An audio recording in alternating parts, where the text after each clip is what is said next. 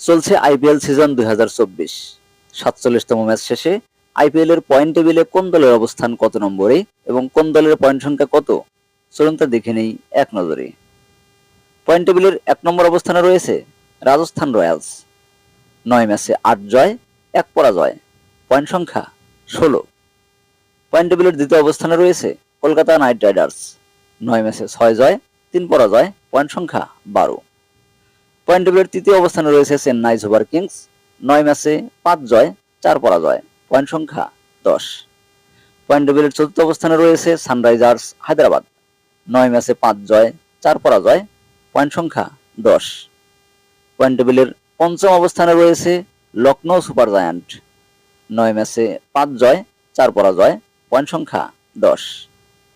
Point টেবিলের ষষ্ঠ অবস্থানে রয়েছে দিল্লি ক্যাপিটালস। 11 ম্যাচে 5 জয় 6 পরাজয়, পয়েন্ট সংখ্যা 10।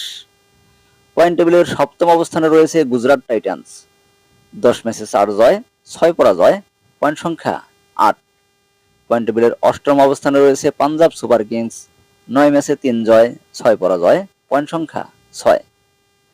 পয়েন্ট টেবিলের নবম অবস্থানে রয়েছে মুম্বাই ইন্ডিয়ান্স। 9 ম্যাচে 3 জয় 6 পরাজয়, পয়েন্ট সংখ্যা 6। পয়েন্ট টেবিলের দশম অবস্থানে রয়েছে রয়্যাল চ্যালেঞ্জার ব্যাঙ্গালোর।